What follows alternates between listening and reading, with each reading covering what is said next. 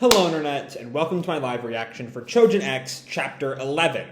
When we last left our heroes, Ellie and Tokyo had caught Shiozaki stealing a soda from the vending machine because he didn't have the card that's now kind of everywhere. And so Shiozaki lies to them, tells them that that's part of some top-secret investigation. Don't bring it up to any personnel back at Yamato Mori, though, and sort of sends them on their way. We see that one of the guys looking for Tokyo is walking by the cafe at the same time, but does not catch him because he doesn't really know what Tokyo looks like, I'm assuming. It's a really, blinking you'll miss it kind of thing, though, so just something to keep an eye on. We then get Shiozaki's backstory. Him at the Koshien tournament, trying to strike out this, great baseball, the home run hitting machine, they called him, and then accidentally hitting him with the baseball, and in the stress, activating his Chojin powers right then and there, creating a sinkhole. He loses his chance at becoming a pro baseball player and ends up in the kind of life of squalor he's in now. Tokyo and Ellie then find out via Momoma that Shiozaki was lying about his A-class registration, so they go to confront him. Right as Shiozaki finds out he has a new job with the bank robbers he's been working with. And yeah, that kind of takes us off where we are now. I'm assuming we're going to get nearing a climax in this arc, as Tokyo and Ellie are probably going to find Shiozaki mid-heist or something. I don't know. Anyway, we open at Yamato Prefecture, outskirts of Minami City, which is specifically, I think, where the last few heists have been, right? We see Shiozaki walking. I think it's Shiozaki, him smoking. Yeah, it's him. He takes his cigarette out of his mouth. We see Great Ambition written on his hat, which is a nice piece of irony, given how Shiozaki's life has ended up. And we see he sort of flings the cigarette and stuffs it out with his sneaker. We get a bit of narration. Yamato Prefecture is divided into north and south sections by the tower at its center. The middle class and affluent families live in the north, while the destitute reside in the south. Which fits in with what Shiozaki was talking about getting his brothers out of the south side, because they're in that sort of destitute area. My one question, though, is the way that's framed. I get the vibe of Yamato Prefecture as being like a city, but I thought prefectures were sort of the equivalent of states in the US. Maybe that's sort of different in Chojin world, or maybe I've completely misunderstood something important about Japanese geography. I don't know. Either way, it seems more city-like.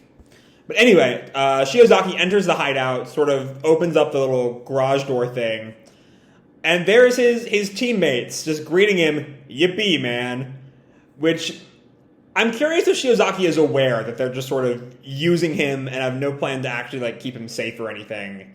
But Shiozaki waves at them, "Hey." And then we cut to Tokyo and Ellie searching somewhere. Wonder if we'll be able to find Shiozaki. And then Ellie notes something, "What's that?" And Tokyo tells her, "It's Omega Tower." So so they must be in the center of the area. Maybe they're heading south? I don't know. But also, actually, going back to my state-city confusion, we see that they're on the outskirts of a city, the prefecture, and then the city is more particular, right? So that might mean that Tokyo and Ellie are several cities away from Shiozaki. They only know that he's in the same general, very large-scale area. Unless I'm misunderstanding how big this prefecture is. Again, I'm not quite sure on the geography there. But anyway, Ellie notes it. What the heck is Omega Tower? And Tokyo, admittedly, doesn't know that well. A radio tower, probably? It's been around for forever. But we see he's glancing around, kind of nervous. I've heard this place isn't all that safe, so we need to keep out of trouble. And just then, he runs into a guy, or the guy more likely runs into him. I've seen the next panels, I'm kind of figure where this is going. The guy who hits him goes, "Ouch! Oh, you jacked up my shoulder. You better pay up." Yeah, it's this old scam. You've seen it once, seen it 100 times. The whole, you hit me, now it's your fault, when he actually hit you. But Tokyo goes on, "Yes, sir. How much do I owe you, sir? He's just kind of a pushover." And Ellie counters, "Hold on. He ran into you on purpose." "What? What you trying to say?" And Tokyo turns to her, "Yeah, what are you trying to say, Ellie?" And we get a good look at the guy, And it's the fucking sheep bikers from chapter 2, who I'm curious, they would have a good opinion of Ellie for her help in getting rid of Hume, right? But Ellie's just sort of, oh boy, these guys again. And Tokyo's like, he's no idea what's going on now. And the lead sheep stops them, hold up, and we get our title, Chapter 11, Sinker Part 3, Night Game.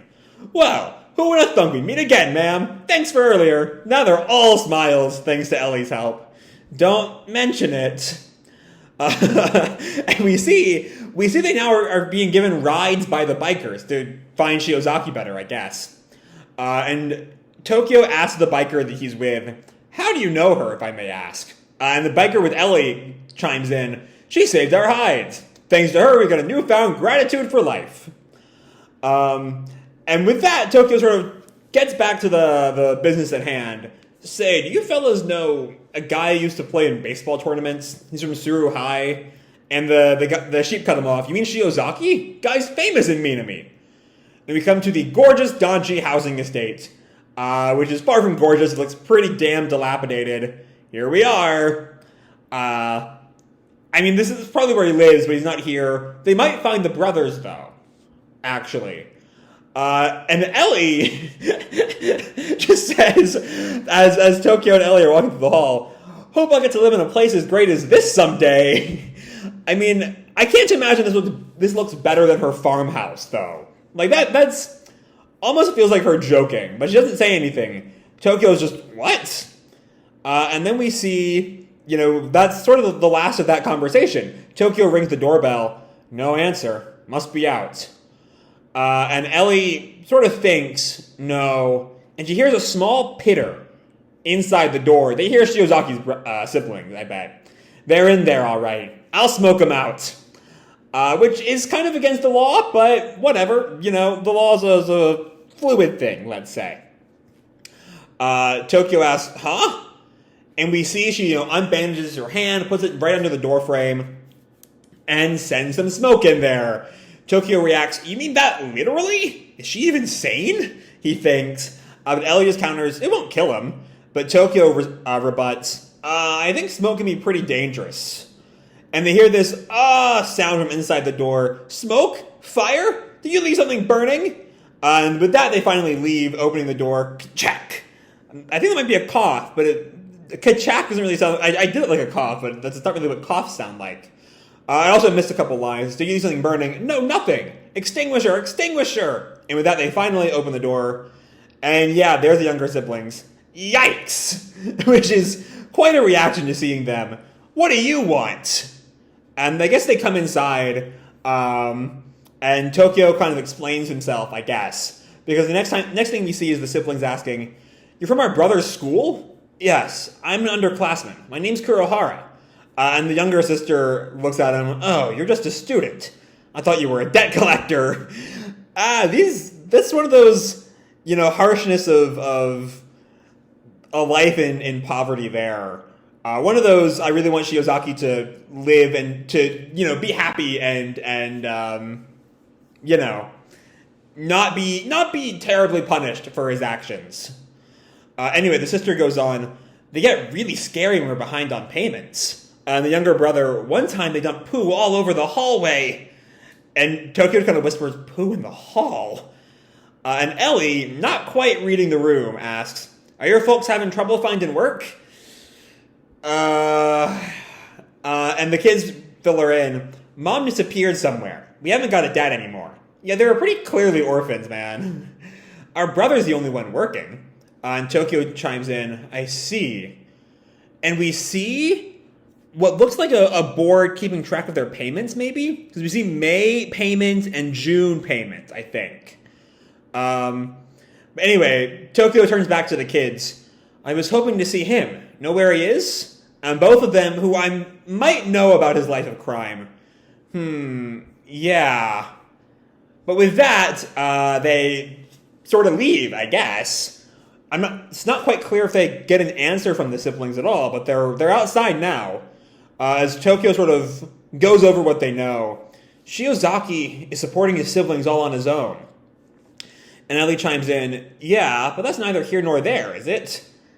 I don't know. I'm not quite a big fan of Ellie's very black and white take on morality. The sense of, like, he did this, and therefore he is bad. And therefore we have to stop him. If not is bad, I'm going to retract that bit, but we still have to stop him either way. And Tokyo counters, true, but I guess being a Chojin doesn't magically make life any easier. And Ellie sort of takes that in. And then we cut to the thieves. As Shiozaki presses a plan, and some of the randos will broaden their scope, so we can score an even bigger killing. Here, says one of the other guys. Come on, let's head north. We'll get more bang for our buck there than in the south, specifically going after the wealthy, who have more money, and also have more security, as Shiozaki's about to bring up. That'd be tough. Security's tighter up north in Kita City. But one of the guys presses, we can do it! We'll just use your thing. Though again, they'll eventually, with tighter security, they might just get caught. But Shiozaki goes on, no, I can't use my power just because. Now is kind of a bad time for me to make noise. We should lie low for a while. And the thieves all kind of take that in, and then all laugh to themselves. I knew it. And Shiozaki presses, knew what? And they all transform. They're Chojin too. Okay. That you're looking down on us. And Shiozaki's question mark response to their transformation implies he did not know they were Chojin. That's why you are always alone, little Chojin. And specifically, they're like hand Chojin. Their faces, their heads are now hands. That's some weird fucking shit. Shocking Shiozaki, understandably, what the? Yippee! Nice! Panic! Bingo! Hilarious face, baby! God, that's just a creepy fucking image. And then we cut to Tokyo, Ellie, and the bikers on their way somewhere. They don't really know where he is. Oh no! The specific thing to note there is them feeling the ping in the back of their necks. The Chojin power. Which, strangely enough, the bikers aren't feeling. Are the bikers not Chojin? Like, I just assumed they were Chojin, but are there Chojin and then there are also, like, cryptids in the world? Because they were originally, like, cryptid bikers was their term, right? So is that a thing? Are they just not Chojin? There's just, like, humans, there's Chojin, and then there's these cryptid guys who are just kind of chilling? Or are they just, like, not important enough to really see the pinging? Anyway, we see the two of them note, that was, yeah, we gotta get a move on. Yes, ma'am. And so, I'm guessing, though, that that's sort of them, the fact they don't have to tell the bikers where to go is a sign that they're all Chojin. Makes more sense than my theory. Anyway, all set, the guys say, but they're kind of grabbing for Shiozaki, pulling him with their hands. Time for a walloping good time with friends. And we see with their fucking head fists, they start pummeling Shiozaki. How long are you going to act like some Koshinen star, you snot? So, Koshien is spelled wrong there. I'm curious if that's an accident or if that means that they just are, like, looking down on him even more by getting his whole thing wrong. I don't know. Might be looking too deep into that. You are snot. You eat snot. You're finished. You're scum. Same as us, you hear? Ha ha ha. And they just keep on beating the tar out of Shiozaki. Long story short, a secret procedure turned us into Chojin. Let's keep things amicable, just like we have been. You just gotta do what we tell you to, you monster. And then we see Simon, who also gets that Chojin ting. He is also near Omega Tower. And I'm curious how he's going to... Like, I'm really curious how Yamato Mori will react to Shiozaki. Will they take pity on him for, having to do what he has to do and kind of being forced into this situation? Or will they say, no, you did a crime and so you are bad? Because I think that'll kind of color our view on Yamato Mori. If Yamato Mori ends up being this sort of, there are good guys and there are bad guys and we are the good guys, given that this is a Sui Ishida manga, I can't imagine them actually staying the good guys. Just because, one of Ghoul's whole things is that, like, hard lines between good and evil aren't exactly great ideas and they kind of fall apart pretty easily. And And so I can't really see his follow-up series being actually hard lines between good and evil are the way to go. But that'll all depend on what happens once Simon makes it there. Anyway, we see Ellie and Tokyo make it to the warehouse. Ellie tells them, "You fellas wait over there," to the bikers. And then the two of them feel an even more powerful version of the Chojin sense, leading to them falling to their knees. Gah! Ouch! Is this also a Chojin signal? Do you really think we can manage? We're all on our own. Tokyo's starting to kind of panic. But strangely enough, we don't see the bikers falling to their knees like that. Again, they might. They're just kind of out of panel. But it's still a little curious. Are they Chojin, or are they just beast humans? I don't know. Anyway, Ellie protests. All the more reason we gotta. Somebody could be in trouble. And Tokyo's kind of taken aback at her determination. And the two of them enter the warehouse. They open up the garage, and they see a hand sticking out of a hole, which could be they only just made their escape. That, like, Shiozaki opened up the hole, and then they just kind of went through, and that's sort of the head hand on the way out. But the two of them are kind of exhausted from lifting up the garage. And Tokyo notes it. What's that thing? And Ellie kind of questions a bamboo shoot. And then we see Tokyo flinches as he sees a guy in silhouette off in the corner, holding what might be a baseball bat. Maybe did Shiozaki like turn the tables on the hand guys and kill them? Is that what that is? That they're like half buried there? Ellie kind of questions, what's that? And I'm guessing Shiozaki throws whatever. It's not a baseball bat. It's some kind of screw-looking thing. He throws at the duo, hits Tokyo in the back, and he falls into a newly made sinkhole, which is definitely Shiozaki. Ellie panics. Tokyo! Oh. And we see Shiozaki, who is... So, last chapter, you may recall, when I reread the chapter, it was kind of stuck out to me. We had that random bit of right before Tokyo and Ellie came up to Momoma to ask her about Shiozaki. They were in class listening to this metaphor about the chaos state and the second chaos state. That the stress can induce a chaos state in a person who can become a Chojin, and by surviving that, you become Chojin. But the thing to worry about, Sandek says on the recording, is the second chaos. And I'm guessing this baseball man, the Sinker Chojin, we're told, is Shiozaki entering into that second chaos. To be continued. Sinker Chojin, Tezuya Shiozaki, just muttering, sink, win with the sinker, sink with the sinker.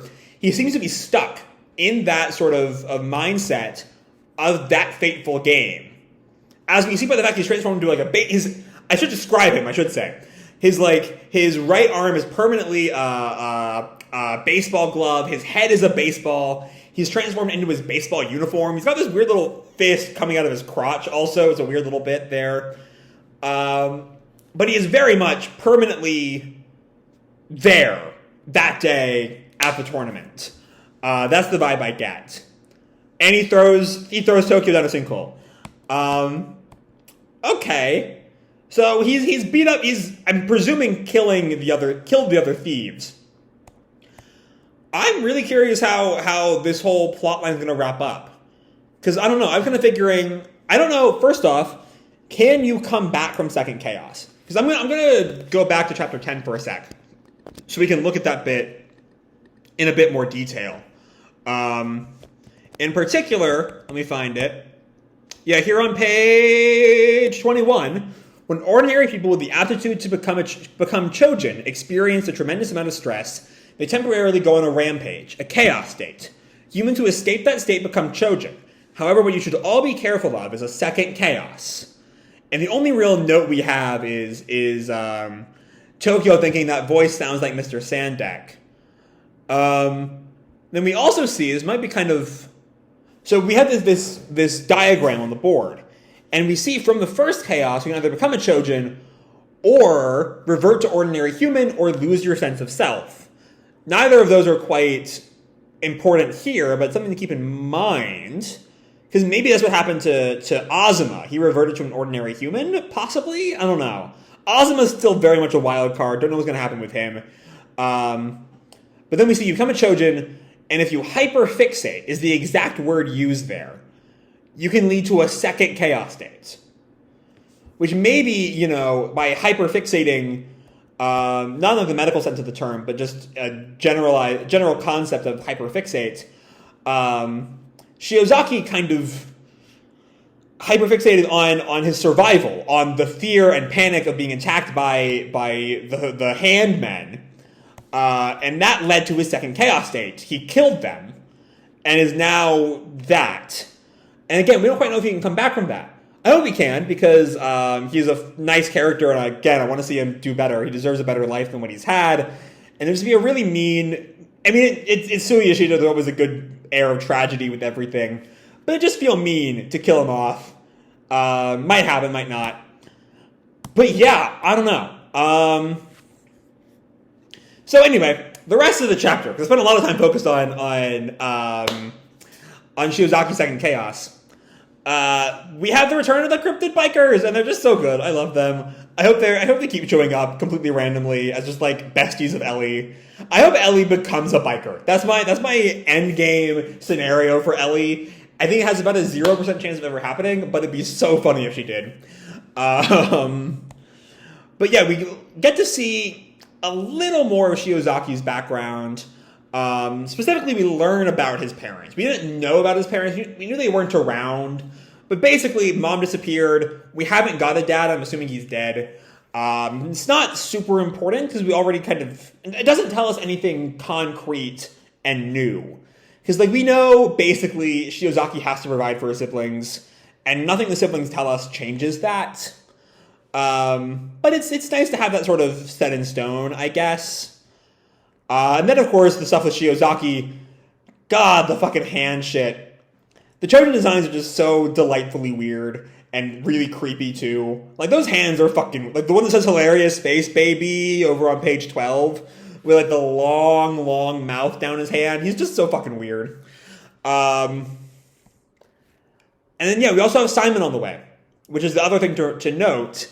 Again, I feel like we're going to get a lot more of... I think... I'm just sort of stuttering here because I'm trying to make all this out. However Simon reacts to seeing Shiozaki is definitely going to color how we should be taking Yamato Mori in general. Are they allies? Are they, a force of oppression disguised as law and order or something? I don't know. That'll all kind of depend on how Simon reacts. Well, is what I would have said if Shiozaki hadn't become a monster. And I'm hoping Shiozaki's new monstrous state is not really just an excuse to sort of sidestep all of the themes of crime by desperation this arc is kind of brought up. It doesn't matter if Shiozaki was in the right at one point because now he's just a literal baseball monster. That would be a bad ending. That's probably the worst ending I can imagine it going. Turning the arc from what could be really, really good into just kind of fine. But yeah, now everyone is in trouble, or Tokyo and Ellie are in trouble, Simon's probably on his way, and Shiozaki is a baseball monster. I'm hoping it's not long until the next chapter. I was several days late on this one because I kind of just didn't notice it had come out. But hopefully we'll be very, very soon with the next chapter because I can't wait to see how this all plays out. So I'm going to leave this video off here. Hope you'll enjoy the chapter and the video itself. If you did, feel free to drop me a like or subscribe. Do whatever makes it happy, And remember, your life is your own, okay? Bye!